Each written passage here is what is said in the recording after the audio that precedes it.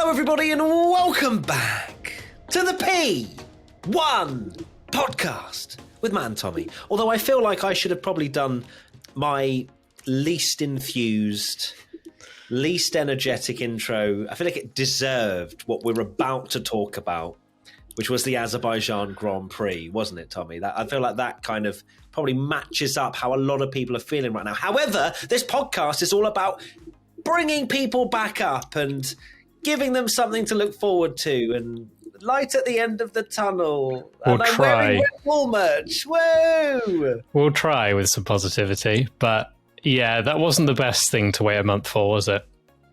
No, it wasn't. The whole weekend was a bit of a shambles, to be honest with you. Even though we had 2 Charles Leclerc poles, which I don't care about because I'm a Red Bull fan, but I have got a Red Bull with Charles Leclerc picture down the bottom as well. It's fine. I am a confused F1 fan.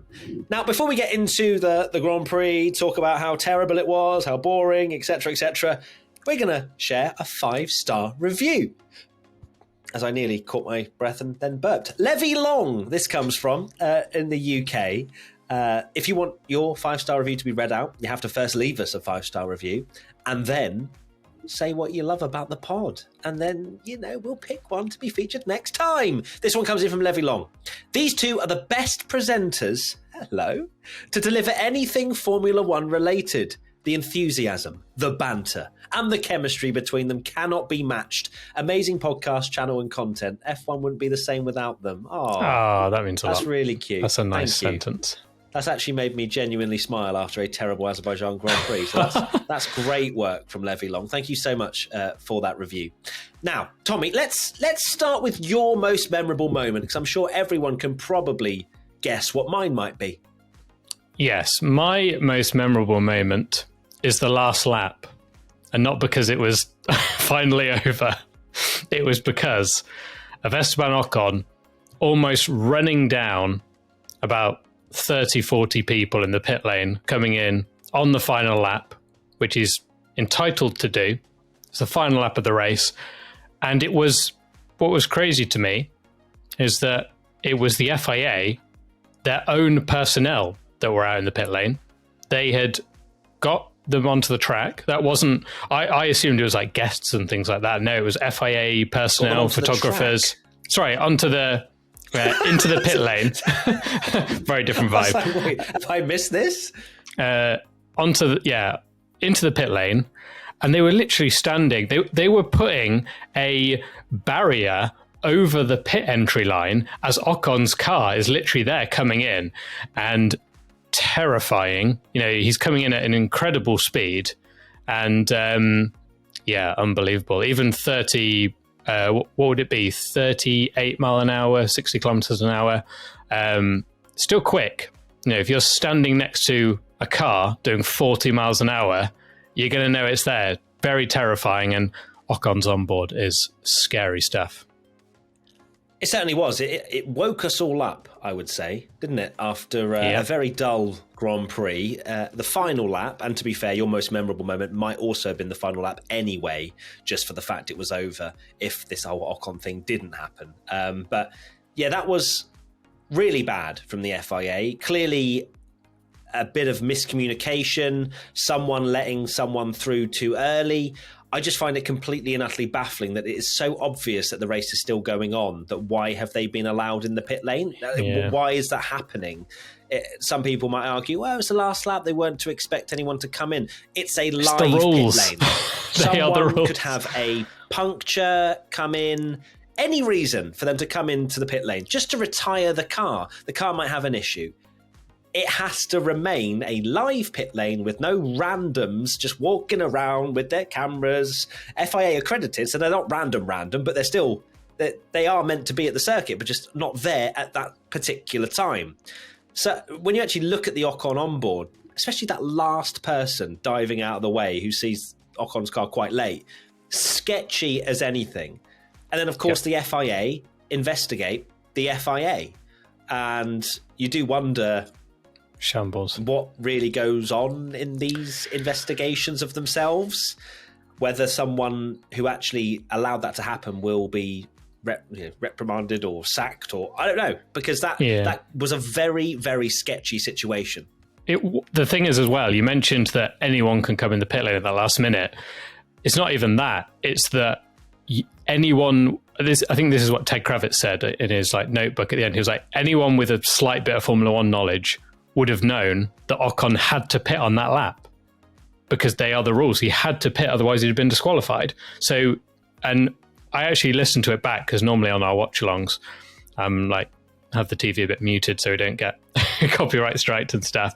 And I listened to it back, and you can hear Ted Kravitz watching this in front of his eyes, knowing it's all going to play out, knowing that Ocon's about to come steaming into the pit lane as all these people are running into the pit lane, and not even to the side of the pit lane, in the actual pit lane where the drivers come in. And he sounds extremely distressed and like he's about to, witness a load of people get run over. It's appalling. And even worse is that Alex Albon did it on the last lap of the Australian Grand Prix last year, and the same thing happened. They're letting people into the pit lane. You either need, if you're that desperate to get people on and they need to be there that quickly to be able to get everything you need, then you need to say you can't pit on the last lap or something like that. Which I don't think is the solution. Yeah. The solution is, but that's, for the sake of that, if that's, the pit lane will always if it's be that live. Desperate, but the solution is just don't let them on in the first place until the race has finished. How hard is it? You tell them, Tommy. You're popping off, getting a bit red. I like the way you're really popping off there. It's enjoyable. I think to combat one point, which was around, they should know that Ocon needs to pit. I think the people that obviously give the gate access and the people that are actually down on the track, i.e. the photographers and whatnot, wouldn't necessarily know, one, what's going on in the race, or two, that Ocon needs to come in or anything like that. So I think we have to assume that knowledge isn't there from the people that are actually on the ground. But I think it's the person that let them out. Whoever's given the order for them to get ready when the race is not over is where the big problem lies. A very, very strange unfolding of events, because that could have happened and nothing would have happened because Ocon didn't have to come into the pits. If he wasn't in the race, there may have been, none of this would have been highlighted, and perhaps it would have happened at a later date and something potentially catastrophic could have happened. But thankfully, everyone unscathed. Ocon was obviously very shocked as well, driving through that. Question from Nissa Mater 1782. Should there be a penalty for leaving a one-stopper until the last lap? No. It's the rule. You're allowed to do it. If it's in the rules, you can do it. There's no problem. I thought that maybe you couldn't do that, or maybe maybe from my sort of Formula One game playing, there's been things where you can't change it on the last lap. But in real life, you can, apparently, which is totally fine. So that's what they wanted to do. They were waiting for a safety car. They were waiting for something crazy to happen, a red flag. It didn't occur. They went by the rule book. The FIA, whoever gave that green light, clearly didn't understand what was going on. And that was where the problem sort of arose. But it certainly was nothing to do with Ocon or Alpine or the pit crew or anything to do with them. It was not their fault in the slightest. They're in every right to do it. They were going to leave it to the last minute.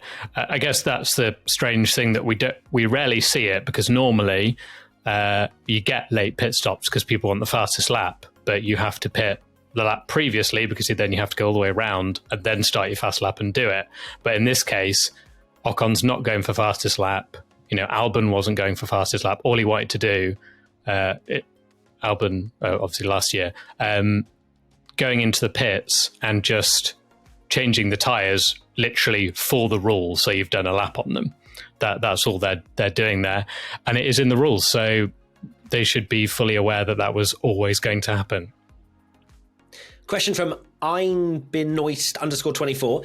Is it really worth it waiting until the last lap to pit? Well, I kind of sort of alluded to it earlier in the fact that they were genuinely just rolling the dice. They were out of contention. They needed something crazy to happen. And as you could see, there was no overtake. They couldn't overtake Hülkenberg and Ocon, the cars behind. There was a proper DRS train.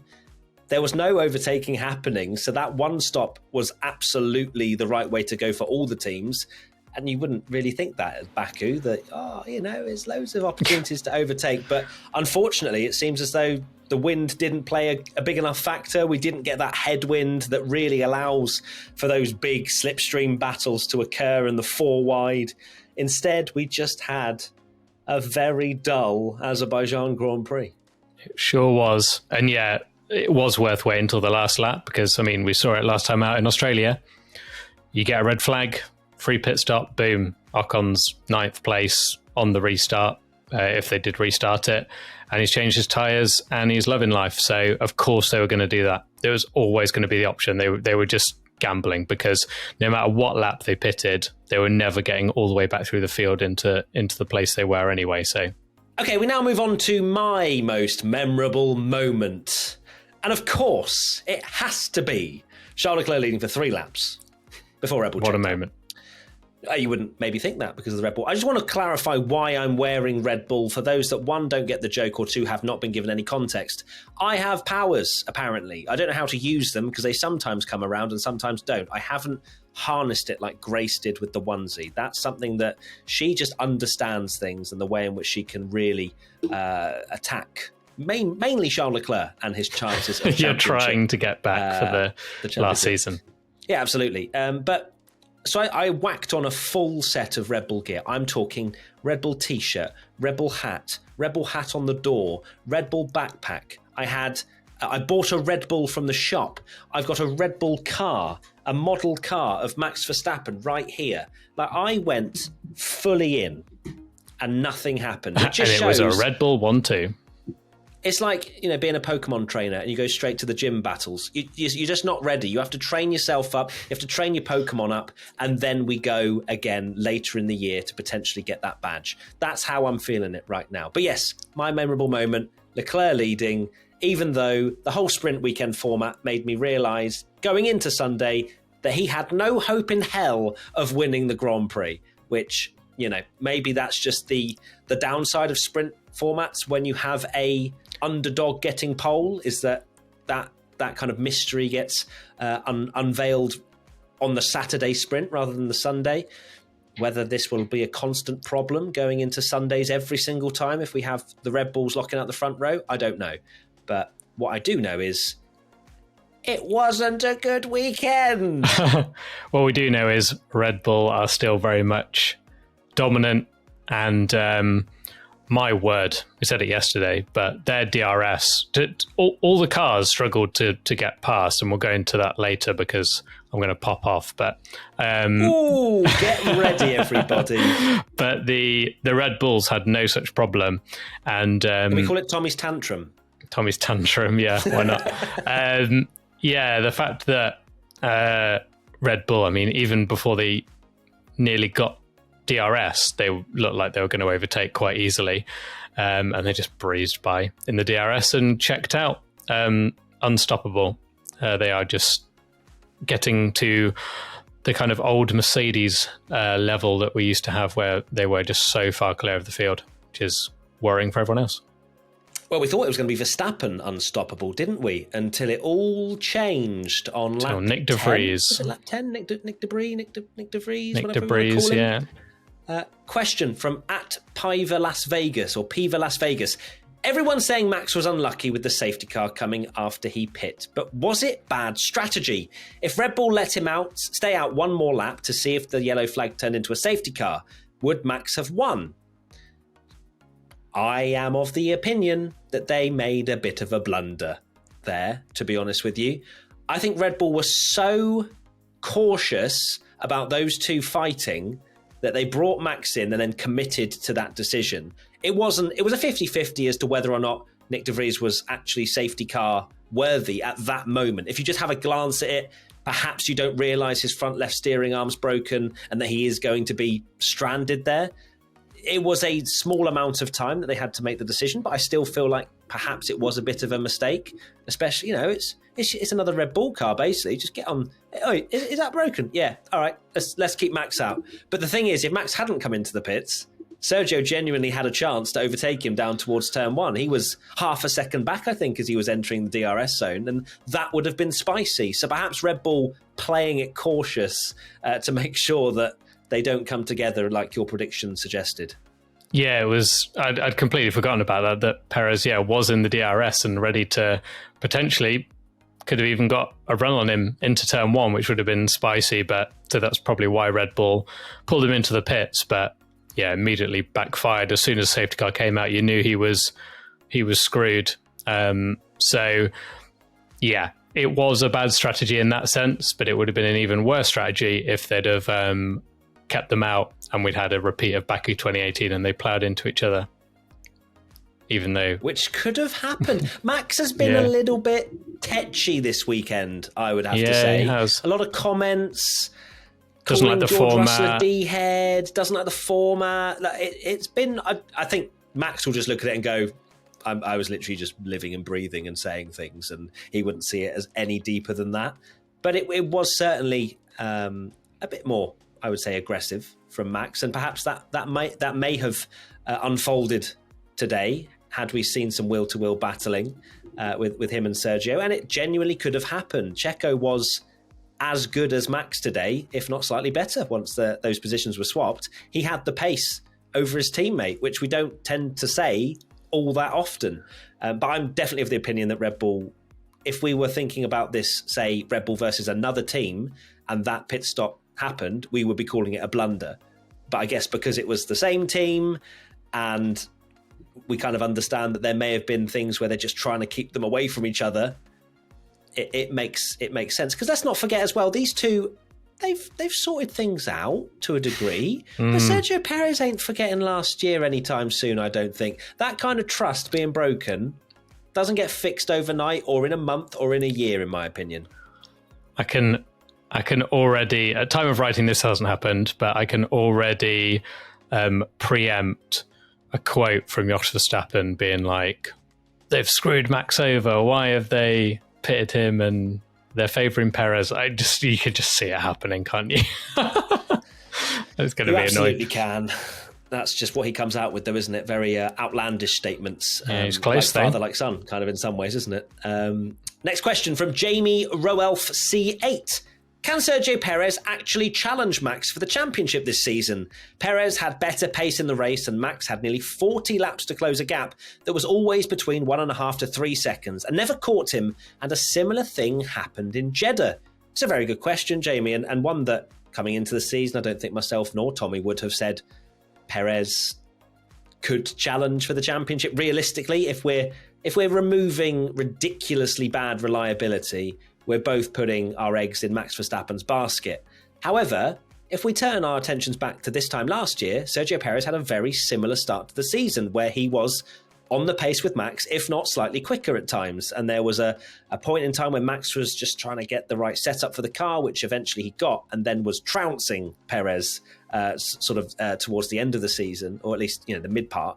So I still don't think Perez can probably challenge for the championship. Some people, including you, Tommy, are mentioning potentially a Rosberg Hamilton scenario where Verstappen could have a couple of DNFs and that may well give the championship to Perez. And that's still a possibility. But if we remove that, I still think Verstappen is going to have more consistency over a year.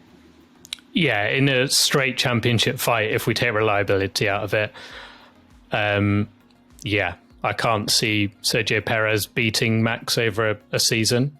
There'd need to be another 30 street races for that to happen. But but no, in all seriousness, Perez drove a great race, and similar to Jeddah, he got into that position through a bit of Max misfortune, but then normally on maybe other circuits we've seen Max close in and pass him and it's been fine, but Max couldn't catch him in this situation, and Perez just held his own. There is very much a thing in the back of my mind that a Rosberg situation could happen. I mean, we've spoken about how clear Red Bull are of the field. It is really very much like that Mercedes era where they're getting 1-2 every single race, barring any kind of issues. So you've got to think that Sergio Perez, even if he's 40 odd points behind with 2 races to go, they're finishing 1-2 every race. Max has 2 DNFs in the final races. Perez wins them both. He's world champion. So never say never. We can tell we're really clutching at straws here. We're going, well, look, if there's some DNFs, anything can happen. But that is legitimately a thing that can happen when you have a 2-horse race where reliability can sway it so much, because they're always going to finish 1-2. You know, Verstappen side 15th in Jeddah and still finished second.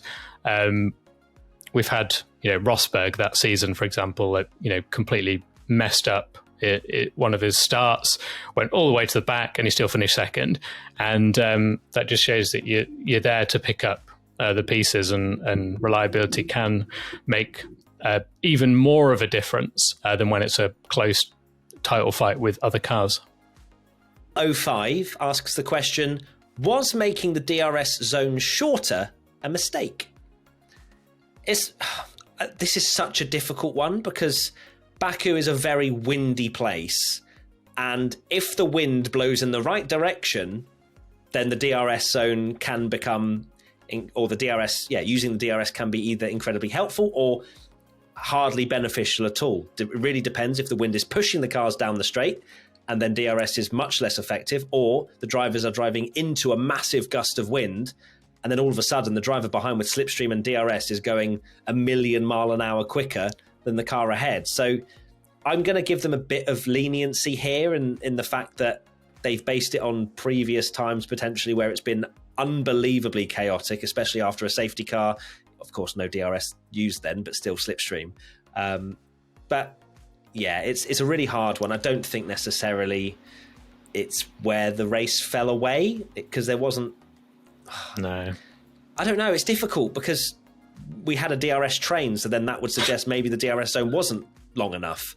But then, as I say, that could easily have been very causing a DRS train? The DRS zone, I do not envy the person that has to pick the DRS zones, because you can very easily shorten them and it looks terrible and you get no overtaking and you're like an idiot, or you just get really boring overtakes. I mean, let's just throw a scenario into the mix that they'd shortened the DRS zone like they'd done, and somehow Leclerc had managed to stay ahead of both Red Bulls because the DRS wasn't powerful enough, and it made for a really exciting race. Then it would look like the best decision in the world. But the reality is the Red Bulls are so quick. This is a problem. It's not just like every race is different and you can't predict it. It's also the fact that every car's different. So you saw like the Red Bulls breezed past the Ferrari, but Hamilton, with their lack of drag, basically Hamilton couldn't pass a Ferrari at all, whereas the Red Bulls could fly by. So it's just car dependent, and sometimes it works out, sometimes it doesn't. Absolutely. Next question from @ArgBMF. Thoughts on having DRS enabled if you are outside of 1.5 seconds instead of within 1? Just a thought experiment. No, I don't think so. I think that the more we do that, the more we then rely on DRS. And if anything, Formula One should be trying to head towards not having DRS at all, then relying on it more and going, oh, we're having great racing. And now we've just got DRS trains where it's 1.5 seconds between each car rather than a second. So for me, I completely disagree with this. I think that we should stick with 1 and hope to God that the racing gets better and better and better as the years go on, and then we can get rid of it. That's the ideal. I don't think that's going to change anything, because DRS is there to help overtaking. It's to help having wheel-to-wheel action and to get some excitement. If we have 1.5 second DRSs, that's not only trying to help the wheel-to-wheel action, but also trying to artificially keep them as close as possible. But I don't think it would actually enable more racing, because we've seen DRS trains anyway. Yeah, this question is almost like the perfect example of how the new regulations have absolutely fallen off a cliff, that we're now having this conversation of, does DRS need to be even better? The whole point of these new regs was actually to potentially even get rid of DRS completely. And now we're going, oh, we need 1.5 seconds. Yeah, for me, that race, let me just cough because I need to cough before I have this rant. Hold on. This is going to be a big old rant. Oh, wow. He's taking a swig of water as well, clearing his throat. Tommy's Tantrum is up next. Okay. So, the new regulations, yeah. For me, that was the perfect showcase of how they've absolutely... they've gone completely the wrong way of what they were hoping for. They've raised the ride height of the cars, and that's now meant that there's less emphasis on the floor, which was the whole point of the new regs. And we've gone back to... I cannot believe I just witnessed 50 laps of a car that hadn't changed their tyres yet, and Baku, of all circuits, no one could overtake them. It's absolute joke, really. And it just shows that the regulations have gone backwards. They're not... It's not worked. The fact that they've changed the floor again, not only has it made Red Bull even more dominant, I think the worst problem is that at least when Mercedes were dominating or other teams dominating, you could actually battle and there were overtakes on track. And it was so disappointing to see the whole grid not be able to follow each other. Which was the whole point of what the regulations were meant to do. You go back to the start of 2022 and we were lauding how great it was that you're in DRS and then you can stay in DRS and you can battle back past, and it was amazing. And I don't think it's unfair to say, I'm not just jumping on this because it's happened in one race. We've seen that all season, and a lot of drivers have spoken about it, that it's gone back to how it was before, where we can't overtake again and we can't follow. And that is incredibly disappointing. Tommy's Tantrum, everybody. Episode 1. No, I'm in complete agreement. But it's kind of snuck up on us, where the cars they don't look any different. No, they don't look different or anything. When you actually look back to last year, Saudi was a great example of... it was Verstappen versus Leclerc. You had the two cars fast in different sections of the circuit, but they could still follow close enough that you would get laps on laps of battling, of them being able to stay within a few tenths of a second, and it was absolutely scintillating action. And yet, drivers have said this year already that it is harder to follow. So we've literally just stuck it in reverse, but in a very quiet manner, where porpoising's gone to a degree. I don't think we're really moaning about porpoising at all. But with that has gone the close racing, which is the only reason we've really changed the rules to what they are now. We finally got Red Bull versus Mercedes in 2021. They were on a level playing field. We changed the regs to help racing, and we're now already in such a dire situation in 2023 where one team has figured it out and everyone else can't pass each other. Yeah, and but the thing is, the start of 2022 was so good. It's not like we've just gone into a new regulation and Red Bull have been miles clear of the field. We had half a season of Red Bull and Ferrari being close, lots of passing. And, even if Red Bull, I don't want it, but even if Red Bull were clear of the field, I do. At least... I want it, as you can see with my Red Bull attire. Yeah, at least let us have the other teams battling, because they're all really close. There's nothing... That race proved there's absolutely nothing really separating Ferrari, Aston Martin and Mercedes, because they were all around doing the same lap times. And that could, in theory, be incredibly exciting battle for the final spot on the podium. But the reality is they can't even pass, even when there's a massive DRS zone in the longest straight in Formula One with a huge slipstream. And yeah, it's very, very concerning. And we're going into, we've gone into this weekend and Formula One are like, oh, sprints, should we do this? Let's have a vote on this.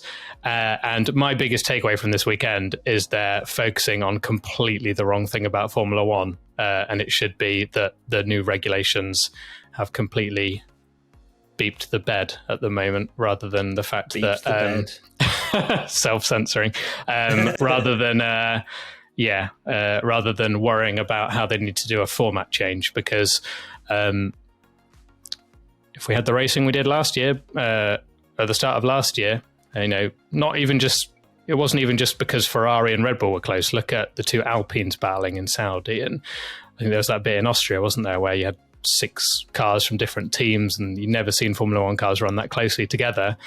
And this season, I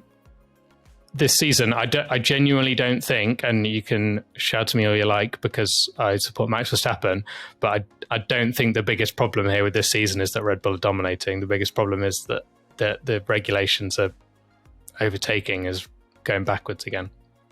That is a saucy take. I'm sure. Yeah, I'm sure some people will agree, some people will disagree. But it's interesting when you look at the Azerbaijan Grand Prix, and when a great example of that the regulations not working anymore is that middle sector, and the amount of time drivers would lose following another car. The only car that managed to keep close was the Red Bull, because they are so clear and perhaps are actually quite good behind cars as well, which, when you look back to the Mercedes domination, the one thing they weren't good at was following other cars, because it was always built to be in fresh air. So Red Bull are absolutely clear in both regards, it seems. I don't know what they're going to do, because they can't bring back porpoising. That's already been spoken about in terms of how dangerous that is, and the reliance on ground effect. So what do you do? Spec series, that's what Esteban Ocon said in our podcast. I mean, just saying. I mean, if we go back to this time last year and Hamilton had that porpoising issue, and it was like, right, we need to change the car, and there's that famous change your effing car, the famous bit from Drive to Survive. Since they've introduced that new rule, which Mercedes were campaigning for to help, have Red Bull not won every single race bar 2, maybe? I think since halfway through 2022, Red Bull have got even further ahead. And this is again the argument of changing rules to slow Red Bull down. You could have the opposite problem, which is exactly what's happened, of them being even further ahead. Yeah, it felt like wonderful. Mercedes were in that kind of backs up against the wall, where they were slow in 22. They were thinking, right, well, it must be the porpoising. It must be these regulations. We all raise our cars. Hopefully, they're thinking we'll be closer to Red Bull. And it's kind of gone the other way, and it's not worked out for them. So it was almost like a roll of the dice. It's not worked out, and they really going to have to go back to the drawing board. Will they when will they come out with their B-spec car? It's yet to be seen. But yes, this whole season needs a little bit of a rejig, a bit of a spice up, please. Just anything. Yeah, give everyone the Red Bull. There you go, Spec Series, boom. Okay, let's move on. Well, not all the way from Red Bull, because there's a question from Smukunga. Has De Vries ruined his reputation already, and do you think he can fix it before the end of the season?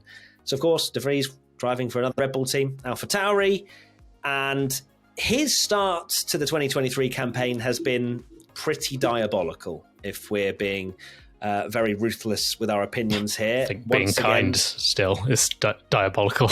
Yeah, and I said it from the start, and I'm not going to gloat, although I am, is that a lot of people had these very high expectations of him from one race where on one side you can go, yes, he just jumped into the car and he performed incredibly. But sometimes that can work really well for someone that you don't have that whole build up to a season, the pressure, the media, everything sort of just completely zoomed in on you. Whereas now that's exactly what he has. He has that pressure. He's in the Red Bull second team. He'll have Helmut Marko looking over him. He knows what the previous drivers that have gone before him, where they've ended up and how their careers have ended.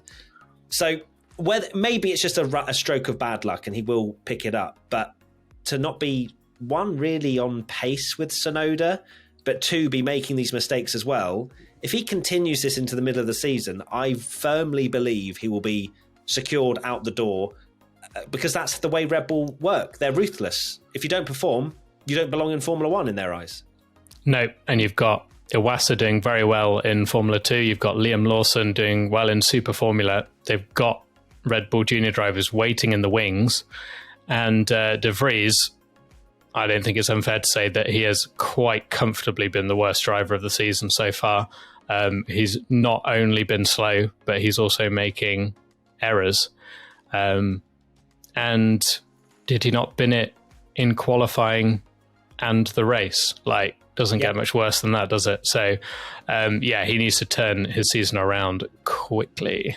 And this is where the team will be looking at him. Can he pick himself up? Can he ignore the Matt and Tommies of this world saying that he's washed and really pick himself up, get that confidence back and drive like he did at Monza in the Williams? It's yet to be seen. It'll be harsh for me to say no, he cannot. There's only been, 4 races so far this year? But he's going to have to pick it up quick time. He's got, thankfully for him, he's back again racing in Miami next weekend. We've got 4 races in 5 weeks coming up. There's plenty of time for him to pick it up and work it out. But I think if we are at the end of this 5-race streak and he's still making mistakes, still not scoring points, questions will be asked very, very quickly in that camp. So for his sake, I hope he figures it out because, as I said in Funniest Tweets, he is a Formula E world champion. He is a Formula 2 champion. He knows how to race. Should be good at straight tracks. Figure it out. He's just got to figure it out very quickly. So, yes. We move on now to another question. Ensign Ricky says, do you think Alonso was actually trying to help Lance with the brake suggestion or felt threatened and gave him a setting he knew may mess him up? They were pretty close at the beginning and really wanted to put a car between him and Lance. No, I don't for a second believe Fernando was trying to give essentially his teammate a banana skin. Do you, Tommy? You take away your answer. Go on, you go. It's Fernando Alonso though, isn't it? It's tricky because I'm at first I think and then I also think it's Fernando Alonso, and he's a devious man, and his brain works like no other Formula One driver. He is always thinking about things. I think any other driver that situation happens in, I'd be like, no, absolutely not. He's trying to help. Because he towed Lance in qualifying, didn't he? And he does genuinely look like he's trying to maybe change the reputation that he had of like being this not team player and all this kind of stuff. But the fact that Lance is within catching distance of him, and he's gone. Firstly, he went on the radio, didn't he? And said, "You can come past me if he wants. Why not? Go on, give it a go." And then gone. By the way, also exchange was so weird, wasn't it? Where Lance was like, "I'm not going to attack him," and Fernando goes, "Oh no, he can have a go if he wants." Is there anything more Fernando Alonso as well this year? That this is the first race of the season. He's not been on the podium. Aston Martin pretty anonymous throughout the weekend. And when you actually look at the highlights from the weekend and the silly things that are happening, it's probably, Alonso. Is Alonso dating Taylor Swift? Alonso doing this brake magic thing? Like, he is just the main character of Formula One right now. And nothing will change that. And he's absolutely loving it. Like, I can tell that you're lapped up in all of this. I just love it. Honestly, I just don't ever want him to retire because stuff like this is just hilarious. He just makes the sport entertaining. I think he's spot on with what he said in Drive to Survive, where he's like, Formula One needs anti-heroes and whatever. It's great. Swift. No, well, he did say that though, didn't he? Did he actually say the word anti-hero? He said anti-hero, yeah. My thoughts are no, I do not think for a second that Alonso tried to screw over Lance Stroll, because he would have to explain why he gave that brake suggestion. I think it's more just coincidence and the fact that maybe Lance did try this brake thing and it didn't suit him. And it didn't suit him. Drivers like different things. They like different brake biases and so on. So it may well just have been a case of Lance trying it, didn't work out for him, made a mistake, and we're all blowing it up like Fernando Alonso is kind of screwing it over his teammate, who he wasn't even under threat from him. I'm pretty sure that Lance wasn't directly behind him anyway at that point. Not at that point, he was one car behind that. So, no, I'm giving Fernando Alonso benefit of the doubt for sure. Okay, we now move on to biggest winner. Tommy, take it away. Sergio Perez. Hard to argue against it. He's won both the races, won the sprint, and closed into Max Verstappen absolutely crazy to think that Sergio Perez has every single Red Bull victory has been on a street track. And not even just the same street track, various different street tracks, one at Saudi, one at Singapore, one at Baku. Crazy. But yeah, it's hard to argue against biggest winner being the winner of both races. Oh, you went for the obvious the boring, one. Obvious That's one, really annoying. I am going to say Lando Norris. I feel as though they've taken a step forward, McLaren. They're definitely on the right path, considering where they were in round one.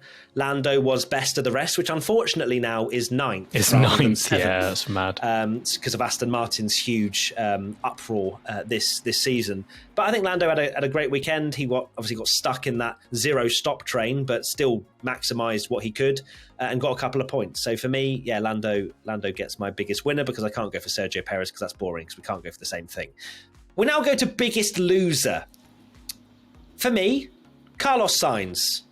That man has had an absolute anonymous weekend.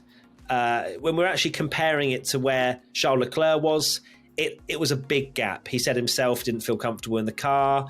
If he did, it may have been 3 to 5 tenths or whatever, but it just wasn't. And 24 seconds off, he was. These are the moments. I'm not saying Charles Leclerc could have won the race because he couldn't, right?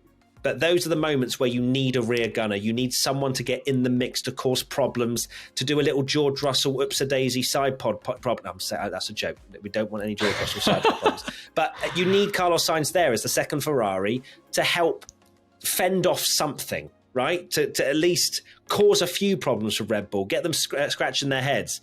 But he just wasn't there, unfortunately. So it's, again, the same story as last year where Sainz just isn't on Leclerc's level at the start of the year. Whether this will change as we move on, potentially. But for me, he's definitely one of the biggest losers. I'm not going to be boring then, even though the biggest loser is probably Nyck de Vries, not just because he finished last, but because he was bidding it all the time. We've already roasted him. Yeah, okay. I'm going to say Alpine. They had an absolute shocker. Gasly, his car blew up. They fixed it. He binned it. Didn't do anything in the sprint. They seemed quite slow. Ocon, nothing he could do. Started from the pit lane, tried something new. Shocker for Alpine. Really, really poor weekend. And team, still please invite us to your factory because it's not our jinxing that we interview a driver and then they have an absolute shocking race, we promise. We thought for a second that Ocon was going to get disqualified because he'd forgotten to pit on the last lap for his mandatory pit stop. But thankfully he did. Well, I say thankfully, he almost ran over people. That's the FIA's problem and fault. But yeah, the fact that if he got disqualified after he sees us, that would... Yeah, we'd probably never have an interview ever again. But yeah, it was a shocker for Alpine as well. Let's move on now to reflecting on how our predictions did that we made on Thursday and released over on YouTube and on audio. Let's start with biggest good surprise. My one was Alex Albon. No, not enough. Didn't get any points. So annoying. He finished because he was quick in the sprint. And he qualified well, didn't he? Qualified well. Just such a great guy. Looks like half a point. I just... can't for no points. Fair enough. And Tommy, yours? Biggest good surprise. Yeah. No? We're not getting a point for Tsunoda? Tsunoda. Oh, it's tough because this is a week. Now we've got 2 races. We're almost both right here because he was really good in that. He qualified incredibly well for the main race and had a great race and got points and was right on the back of Lando Norris. So it's kind of, yes. I think it is a point because he scored a point. But then I think and also... I'm going to give you a point for the next one. Okay, so you get a point for biggest good surprise for Tsunoda. Well done. We now go to biggest flop. My one is Tsunoda. And I think I also deserve a point because he had a stinker at the start of practice, which to be fair wasn't his fault. Was it? No, yes. Was it? I can't remember. No, he binned it in the wall himself. No, it was his fault. Yeah. So he did that. He then had a bit of contact with his teammate and then yeeted it into the wall in the sprint. He got incredibly unlucky with that red flag, didn't he? In the sprint quali as well, where he was literally about to cross the line, and they were like, "No, you're not allowed. Your most biggest flop. You're not allowed to score." That's it. Like, I think we need to also kind of clarify that biggest flop doesn't necessarily mean just a terrible drive. It's just like a floppy weekend, right? Yeah, like exactly. It wasn't particularly non-floppy. It doesn't have to be the single biggest flop, otherwise it will never score a point because you have a 1 in 20 chance or whatever. Exactly. What a boring way that would be. And yours, Tommy? Aston Martin. No, I really thought this was going to come in big when their DRS was completely failing and looked like they were probably the 4th best team. But Alonso finished under a second behind Leclerc. Alonso finishing under a second behind Leclerc and almost getting P3 again. He'd have absolutely taken that with how his weekend was going at the start. So I wouldn't. Yeah. I wouldn't have taken it, Tommy, as a Red Bull fan. I feel sorry for the Ferrari fans out there. Pole position. Right, let's bask in the glory of this prediction because my God. And Tommy, I want to bring up something you said. I went for Charles Leclerc. So do you want to explain what you said to me? I think it was over on Twitch. Yes. I think you said in the predictions that, by the way, I'm definitely taking a point if either of them come true. And I said yes. And I'd actually argue that it's so left field to go for anyone other than a Red Bull that I'm going to give you 2 points because he polled it in both. So fair play. I think you need to be rewarded for going for someone other than a Red Bull and getting it right. So outrageously right as well. With 2 of the qualifying sessions, him getting pole in both of them is quite something. Thank you for the 2 points, Tommy. I really appreciate that. Your pole position was therefore wrong. Yeah, wrong. 0. Wow. Couldn't even get half a point that it was in another sprint or something, but no. And you laughed at me when I said, "Hear me out, Charles Leclerc," didn't you? I know. And who's laughing now? Well, you still. But I mean, he beat Leclerc in the race. Okay, we now go to sprint winner. I went for Verstappen, which is a big fat 0. Tommy? I went for Perez, which I get a point. Good times. That's solid from you. Did you think it would unfold the way it did? No. I think I said that Perez would just maybe get ahead of Verstappen at the start and they'd just kind of finish the race in that order. And instead, Perez actually, out-qualified Verstappen in the sprint shootout. And maximum points for Perez. Impressive stuff. Yeah, to be fair, maximum points. Not fastest lap. But yeah, I mean, still a very big haul for Sergio Perez. We now go to my top 3. I went for Alonso, Perez, Leclerc. Of course, this is for the main race. We didn't know at the time whether there was going to be a second race, a sprint race. So, a sprint quali. I'm chatting absolute rubbish. My top 3. This is for the main race. Let's ignore what I just said last 10 seconds. Alonso, Perez, Leclerc. So I get 1 point because Leclerc finished 3rd. Tommy, your top 3. Hamilton, Leclerc, Russell. That went well. No, I think we should get a point each for. We did. Our prediction was that we'd jinx this and have the worst Formula One race of all time, and it definitely is up there. So, if anything, I think we should get a minus point for causing whatever the hell that Azerbaijan Grand Prix was. Yeah, we're sorry, everyone. All our fault.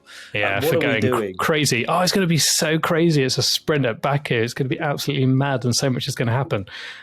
Sorry. And nothing happened. Okay, so 1 point for me, no points for you, Tommy. And our one crazy prediction.